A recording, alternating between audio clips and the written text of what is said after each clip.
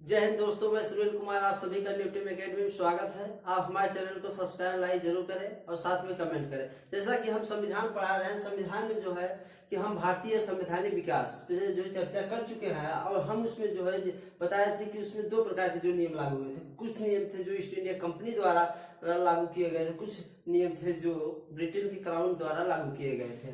जैसा कि हम बता चुके हैं कि दोनों भी नियम, जितने भी नियम थे, चाहे ईस्ट इंडिया कंपनी द्वारा लागू किए गए ब्रिटेन के क्राउन द्वारा, वो कहाँ से बनाए गए थे? ब्रिटेन की संसद द्वारा बनाए गए थे।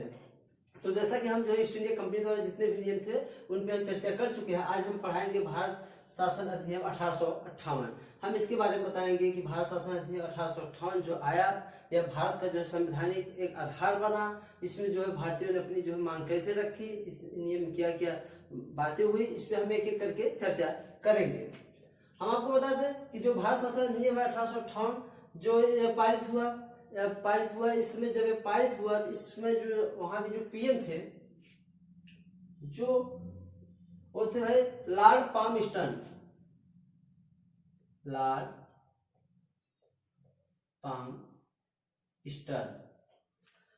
पामस्टन 12 फरवरी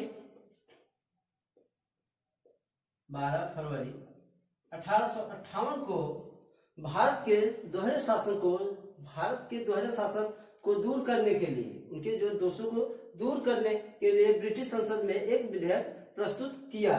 पर कुछ कारणों की वजह से लॉर्ड पामस्टन ने इस पद से त्याग दे दिया। तो तत्कालीन प्रधानमंत्री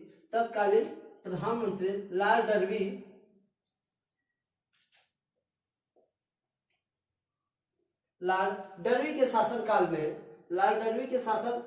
2 अगस्त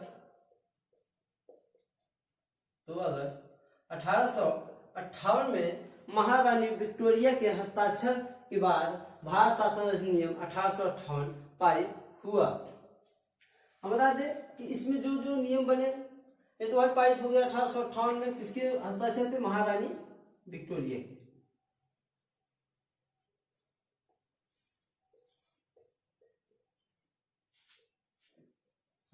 महारानी विक्टोरिया ने पारित किया।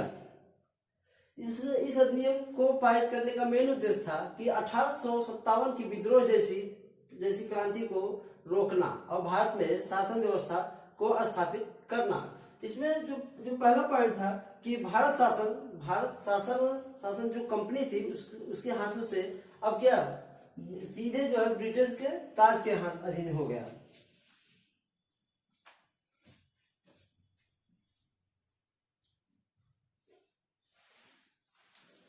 भारत शासन कंपनी के हाथों से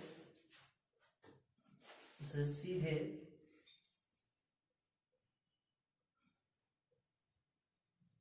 क्राउन के अधीन हो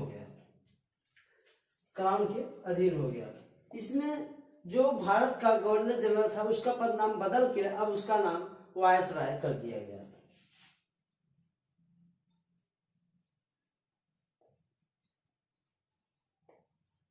के गवर्नर जनरल के पद नाम को बदल के अब वायसराय कहा गया। इसे ध्यान देना कि भारत के गवर्नर जनरल लॉर्ड कैनिंग थे। जब उनका जो पद नाम बदल के वायसराय रख दिया गया तो अर्थात वायसराय कौन होंगे? Lord Canning. और ये लॉर्ड कैनिंग जो वायसराय थे भारत के प्रथम थे।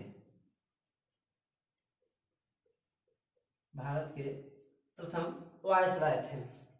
इसे ध्यान देना इसमें एक नए पद का सृजन किया गया। वो पद था भारत का राज्य सचिव का।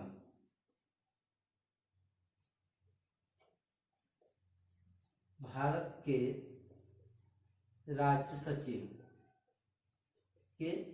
सचिव का एक पद जो है मतलब सृजन मतलब निर्माण किया गया, एक पद जो है और इस एक्ट में लाया गया। एक चीज ध्यान देना कि इनका जो अधिकार था कि आप भारत में शासन करेंगे और नियंत्रण शक्तियां इनमें निहित थी।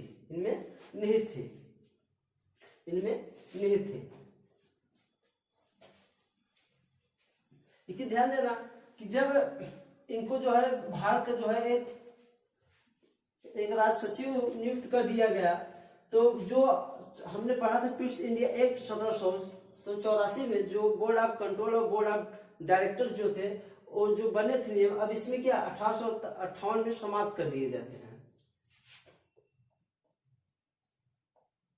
Board of directors, board of control,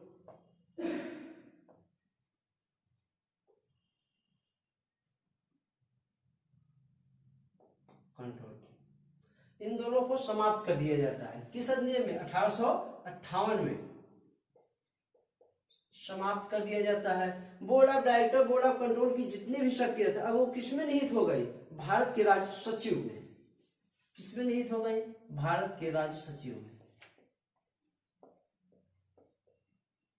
के राज्य सचिव को सारी शक्तियां प्रदान कर दी गई। जो board of director, board of control की जितनी शक्तियां थे अब भारत के राज्य सचिव के जो है निहित कर दी गई। ध्यान देना कि भारत के राज्य सचिव की सहायता के लिए एक 15 सदस्यीय भारत परिषद का गठन किया जाता है। इसमें एक चीज ध्यान देना, बोर्ड ऑफ कंट्रोल और बोर्ड ऑफ डायरेक्टर को समाप्त कर दिया गया। भारत में शासन द्वैध प्रणाली का भी अंत कर दिया जाता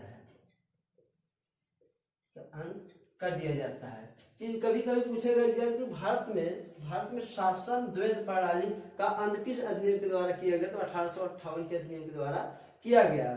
तो भारत परिषद जो भारत के राज्य सचिव थे उनकी सहायता के लिए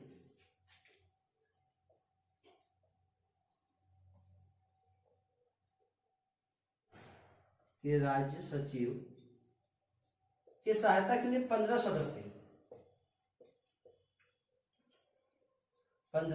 सदस्यीय भारत परिषद,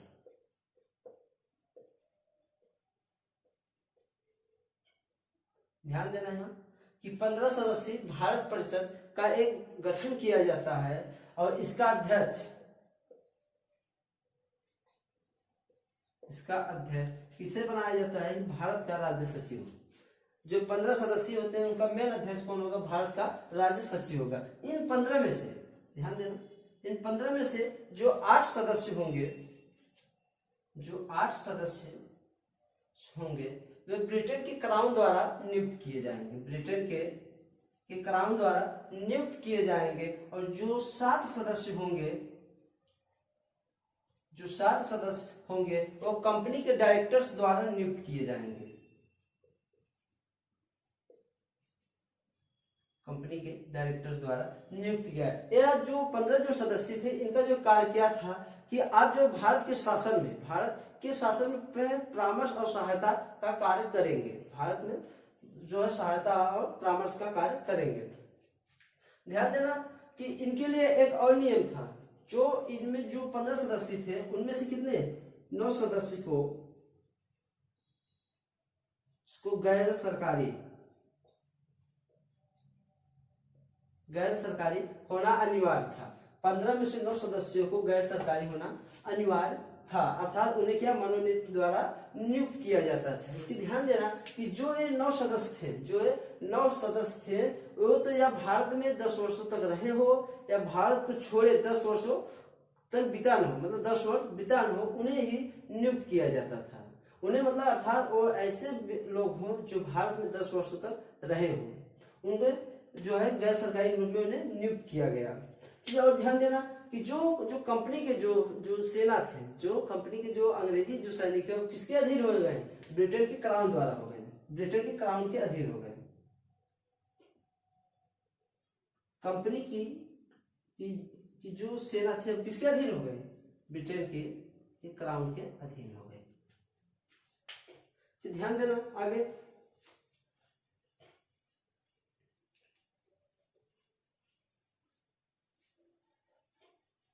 जो भारत का वायसराय था, जो भारत का गवर्नर जनरल था उसे वायसराय कह दिया गया। जो भारत का वायसराय था,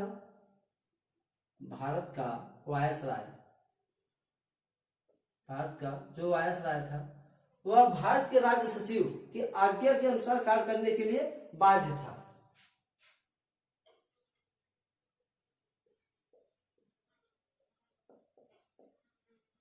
भारत के राज्य सचिव के आज्ञा के अनुसार आज्ञा के अनुसार कार्य करने के लिए बाध्य था। एक चीज और ध्यान देना इसमें कि जो भारत का जो राज्य सचिव है उसे जो है प्रतिवर्ष भारत का जो बजट था उसे संसद में पेश करने का अधिकार था, उसे प्रतिवर्ष पेश करने का अधिकार था। इसमें एक चीज और ध्यान देना कि 1 नवंबर 1858 को, बहुत इंपॉर्टेंट है कि 1 नवंबर 1858 को महारानी विक्टोरिया एक घोषणा करती हैं और उस घोषणा में क्या कहा गया उसके बारे में बता दें कि महारानी विक्टोरिया 1858 में घोषणा करती है और उस जो घोषणा पत्र होता है, जो राजकीय जो पत्र होता है, उसको कहाँ पढ़ाया जाता है? इलाहाबाद में। उसको इलाहाबाद में पढ़ा जाता है, शाही दरबार में, शाही दरबार लगाया जाता है, उसी में उसे पढ़ा जाता है। उसे पढ़ते कौन है? यहाँ के जो गवर्नर थे लॉर्ड कैनिंग।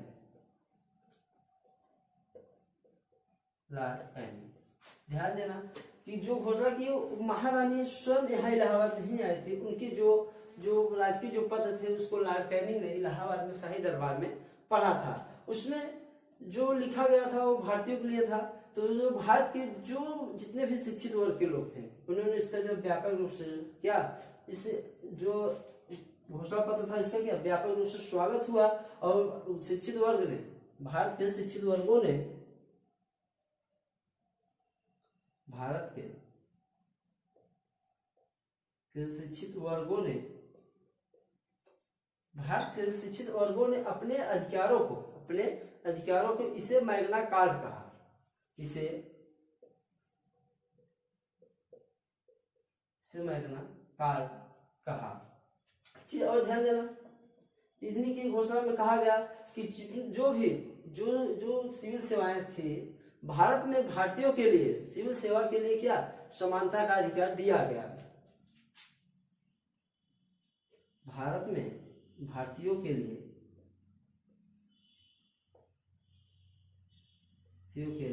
सिविल सेवा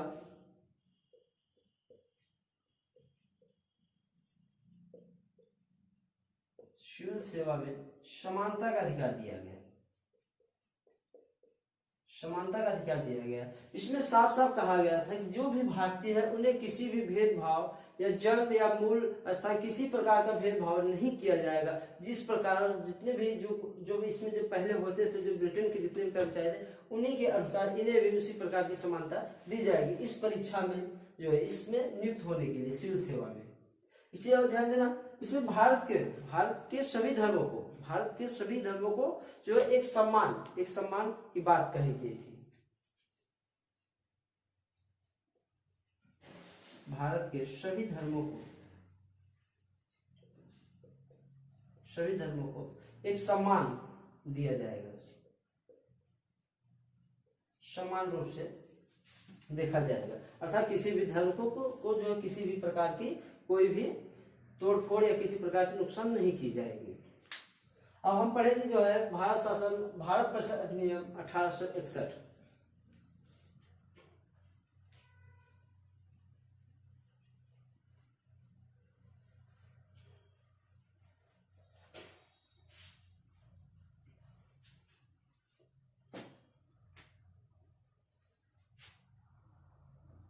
भारत परिषद अधिनियम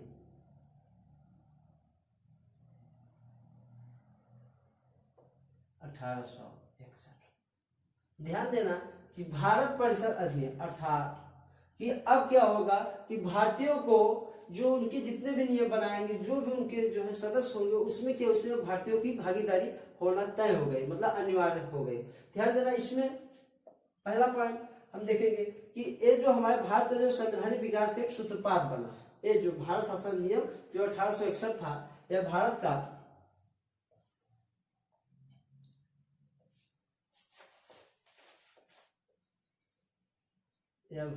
संवैधानिक विकास का सूत्रपात बना। ध्यान देना है, भारत का संवैधानिक विकास का सूत्रपात बना।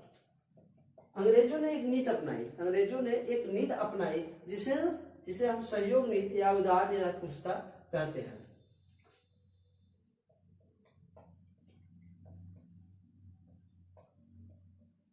अंग्रेजों ने एक नीति अपनाई जिसे हम कहेंगे कि सहयोग नीति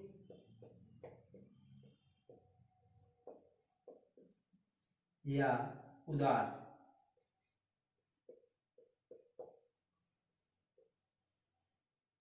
निरंकुशता। ध्यान देना। तो इस अधिनियम के द्वारा जो है एक नीति अपनाई गई जिसे सहयोग नीति, अर्थात सहयोग माने कि भर्तियों को जितने भी भारतीय लोग हैं अब उनको भी इसमें मतलब शामिल किया जाएगा। ध्यान देना कि इसमें भारतीयों को शामिल करने की जो है पहल शुरू हुई इस अधिनियम में। इस अधिनियम में भारतीयों को जोड़ने की पहल शुरू हुई। ध्यान देना, जोड़ने की जो पहल शुरू हुई। इसे हम आपको बता दें कि जब जोड़ने की जो पहल शुरू हुई तो जो वायसराय थे उनकी जो है परिषद में 3 गैर भारतीयों को शामिल करने की जो बात कही गई।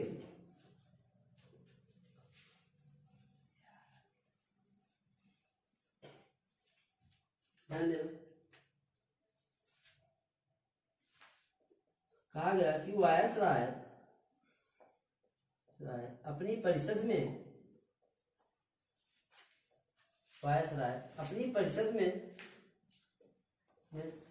3 भारतीयों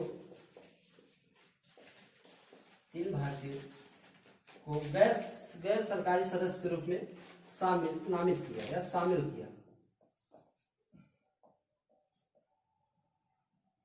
गैर सरकारी सदस्य के रूप में नामित किया। और 3 सदस्य कौन थे? ध्यान देना, बनारस के राजा,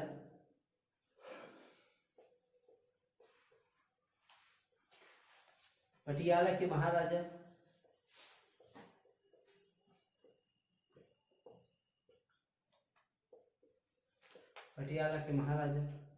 सर दिनकर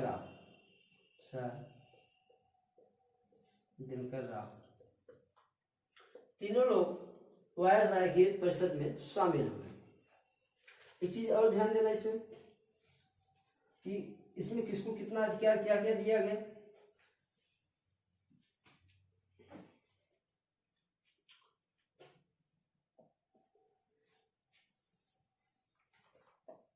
इसमें केंद्रीय कार्यकारिणी परिषद सदस्य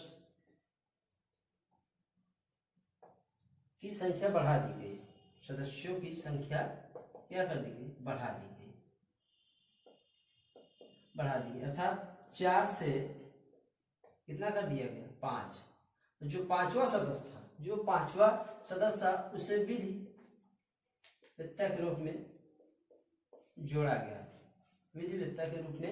अर्थात विधि माने कानून बनाने के रूप में जो 5वां सदस्य था उसे जोड़ा गया। फिर ध्यान देना कि जो गवर्नर जनरल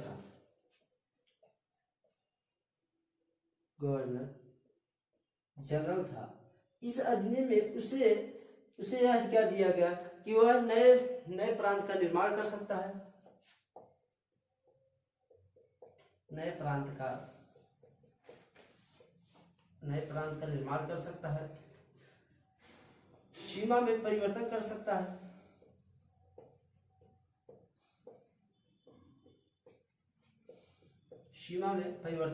है, किसी भी क्षेत्र का विभाजन कर सकता है,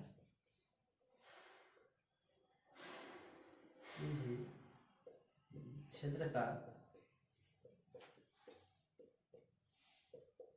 विभाजन का अधिकार गवर्नर जनरल को दिया गया। एक चीज और ध्यान देना, ये जो गवर्नर जनरल था इनको एक अधिकार और दिया गया कि जो नवनिर्मित प्रांत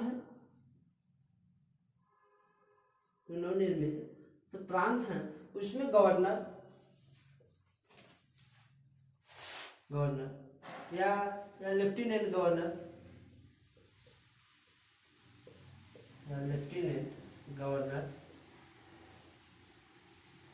गवर्नर या जो लेफ्टिनेंट गवर्नर को नियुक्त करने का अधिकार किसे दिया गया? गवर्नर जनरल को दिया गया। गवर्नर जनरल को दिया गया।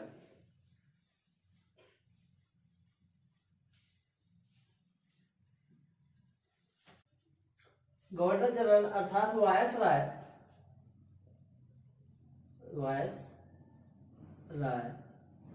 अपनी परिषद में सदस्यों की संख्या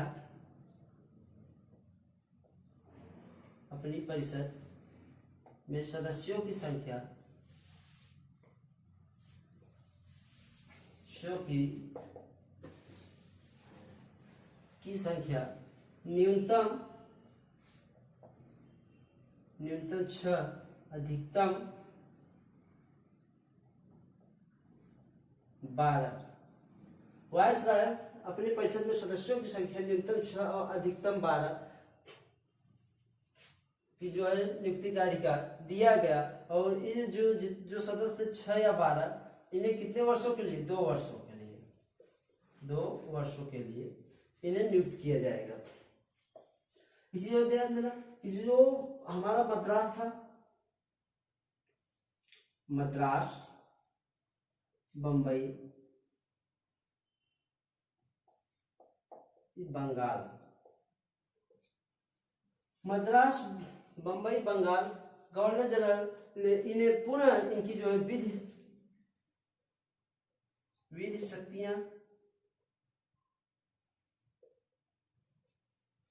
शक्तियां और वह संशोधन का अधिकार पुनः इन्हें दे देता है। किसको? मद्रास, मुंबई और बंगाल को विधि शक्ति मतलब कानून बनाने का अधिकार और अपने राज्य में किसी भी प्रकार का संशोधन का अधिकार दे देता है। लेकिन ध्यान देना, जो भी ये शक्ति बनाएंगे, जो भी ये नियम बनाएंगे, उसकी जो है वो नियम तभी लागू होंगे जब उन्हें वायसराय या गवर्नर जनरल उसको क्या वैध ठहराए, मतलब उसकी मान्यता दे। और जब तक वह इस चीज की जो है नियुक्ति का या उस चीज की जो है मान्यता नहीं देता है तब तक वह वैध मान नहीं होंगे, वो चीज वैध मान्य नहीं होंगे। उनकी जो है वैधता के लिए इसकी गवर्नर जनरल की जो है अधिकार होना बहुत जरूरी है। अच्छी जो ध्यान देना कि जो वायसराय है वो अपने परिषद के सदस्यों के अनुमति के बिना किसी भी संकट के समय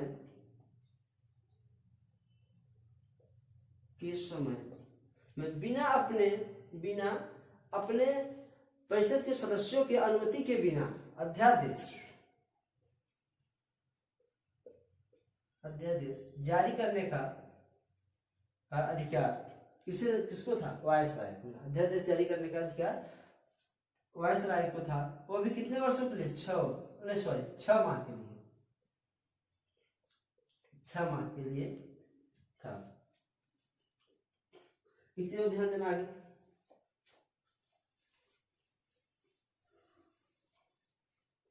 इसे ध्यान देना जो वायसराय था वो अपने जो है परिषदों के जितने भी उसके जो सदस्य थे उनकी जो है कार्य करने के उनकी मतलब सरल कार्य करने के लिए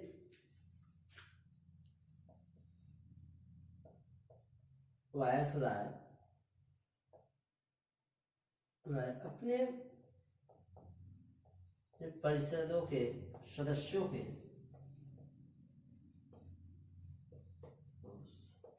जो सरल कार्य करने के लिए, क्या सरल मतलब सरल तरीके से कार्य करने के लिए उन्हें नियम बनाने का अधिकार दे दिया।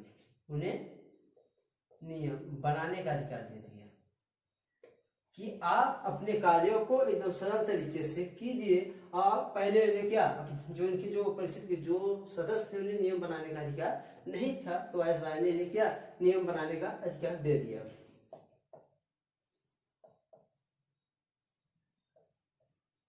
वायसराय भारत में विभागीय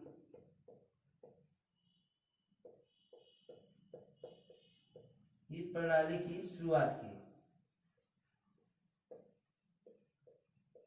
शुरुआत की। ध्यान देना, कभी कभी एग्जाम में पूछेगा कि विभागीय प्रणाली की शुरुआत किस अधिनियम के द्वारा किया गया था, तो 1861 के द्वारा किया गया था। और किसके माध्यम से, तो भारत के गवर्नर जनरल था लॉर्ड कैनिंग के माध्यम से किया गया था, या वायसराय के। जी ध्यान देना, इस अधिनियम के द्वारा जो है भारत में मंत्रिमंडल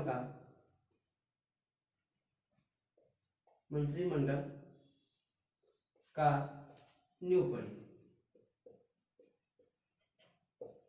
नींव पड़ी। बस इस अधिनियम में इतना ही खास था। अब हम आगे बात करेंगे भारत प्रसार अधिनियम 1892।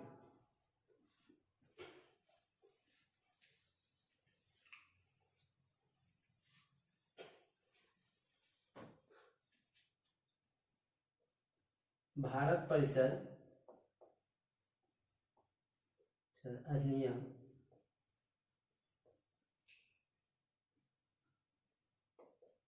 1892। ध्यान देना कि जो 1892 है, ये 1857 की जो क्रांति हुई थी, उसी की वजह से जो है कि भारतीय लोग शिक्षा में अपनी जो है चाहते थे कि हमारी जो विकास हो, उन्नत हो, उसके लिए ये पारित हुआ था। इसमें जो भी विद्रोह जो भी मांगे थे, क्या क्या मांगे थे, इसमें देखेंगे कि जो 1892 आया तो भारत में क्या किस चीज की शुरुआत हुई, क्या बदलाव हुआ। इसी के अंतर्गत इसी अधिनियम में जो है 1885 में बता दे रहे हैं कि कांग्रेस की स्थापना हुई। जो कांग्रेस थी इसकी स्थापना हुई 1885 में कांग्रेस की स्थापना हुई। तो इसमें भारत में भारतीयों को जो है बजट पर बहस करने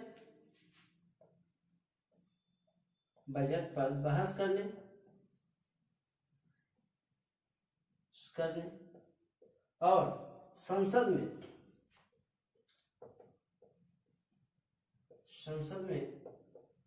प्रश्न पूछने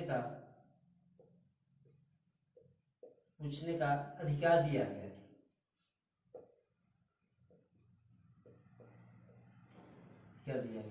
भारत में भारतीयों को जो है बजट पर बहस करने और संसद में प्रश्न पूछने का अधिकार दिया। लेकिन एक चीज का ध्यान देना, बजट पर बहस करने का अधिकार दिया गया था, लेकिन मतदान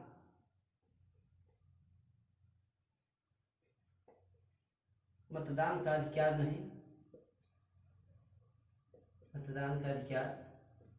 नहीं दिया गया था।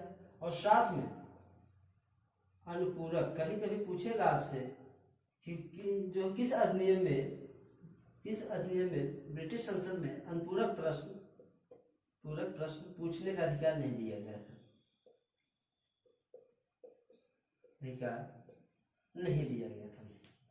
देखिए कभी कभी एग्जाम में पूछ लेता है कि किस अधिनियम के द्वारा जो है भारतीयों को अनुपूरक प्रश्न पूछने का अधिकार नहीं दिया गया था 1892। और आगे अगले वाले जो अधिनियम आएगा उसमें भारत को जो है प्रश्न पूछने और अनुपूरक प्रश्न पूछने दोनों का अधिकार दे दिया जाता है। तो अनुपूरक प्रश्न का मतलब क्या होता है कि बजट पर जो बहस करने का अधिकार दे दिया जाता है, पर मतदान करने का अधिकार नहीं दिया जाता है। संसद में अगर कोई भी भारतीय जो भी प्रश्न पूछता है उसका जवाब मिले या न मिले, वो इस पे भी बात नहीं कर सकता। जो जवाब मिलेगा अगर उससे वह संतुष्ट नहीं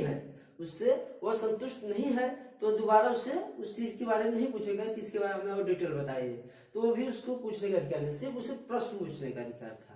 बस इसी को कहते हैं अनुपूरक, मतलब प्रश्न का जवाब न मिलना या प्रश्न का जवाब मिलने पर संतुष्ट न होना, फिर से उसे पूछने का अधिकार नहीं था। इस चीज और ध्यान देना कि जो केंद्रीय और प्रांतीय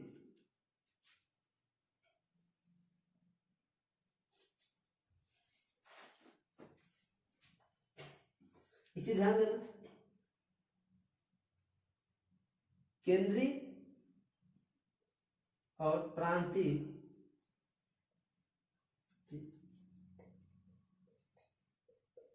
विधायी परिषद के जो सदस्यों की संख्या बढ़ाई गई, अतिरिक्त सदस्यों की संख्या बढ़ाई गई, अतिरिक्त सदस्यों की संख्या बढ़ाई गई। अतिरिक्त सदस्यों की जो है संख्या बढ़ाई गई। ध्यान देना, कहा गया कि कम से कम कितने हो, 10 हो, और अधिकतम कितने हो, 16। ध्यान देना, इन 10 और 16 में से 10 सदस्य को गैर सरकारी होना अनिवार्य था। गैर सरकारी होना अनिवार्य था। और इसमें जो मद्रास था हमारा, बंबई था और बंगाल था, उसमें जो है सदस्यों की भी संख्या निर्धारित की गई। और जो उत्तरी प्रांत और जो अवध था उसमें भी सदस्यों की संख्या निर्धारित की गई। अर्थात ध्यान देना, बंगाल, बंबई और मद्रास में सदस्यों की संख्या न्यूनतम कितनी रही? न्यूनतम 8, अधिकतम 20 थी। ध्यान देना, उत्तरी प्रांत अर्थात उत्तर पश्चिमी व अवध में कितने सदस्य निर्धारित किए गए थे? 15 सदस्यों की संख्या कितनी थी? 15 थी। भारत परिषद अधिनियम 1892 में ही निर्वाचन पद्धति की शुरुआत की गई। कभी कभी पूछेगा कि जब भी एग्जाम में पूछे कि निर्वाचन पद्धति की जो है शुरुआत किस अधिनियम द्वारा की गई थी, तो 1892 के द्वारा निर्वाचन पद्धति की शुरुआत की गई।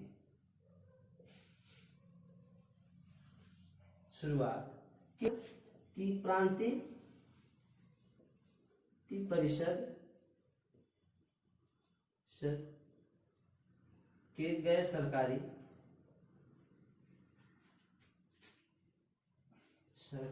सदस्य, जो प्रांतीय परिषद के जो गैर सरकारी सदस्य थे उनकी नियुक्ति कैसे होती थी? भारत परिषद अधिनियम 1892 में, और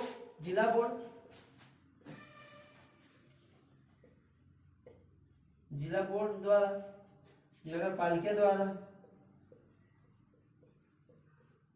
जिला बोर्ड द्वारा, नगर पालिका द्वारा, विश्वविद्यालय द्वारा,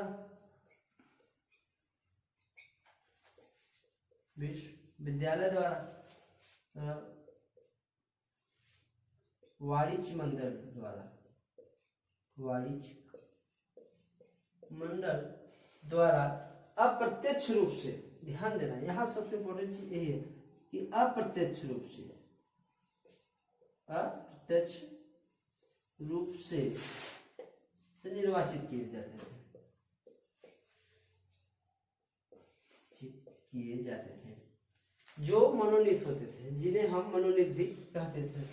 तो आज का अधिनियम हम बस यही तो पढ़ेंगे 1892। अगला हमारा अधिनियम आएगा 1909, 1919 और 1935 और 1947 है, हम अगले वीडियो में पढ़ेंगे। आज के लिए बस इतना ही। जय हिंद।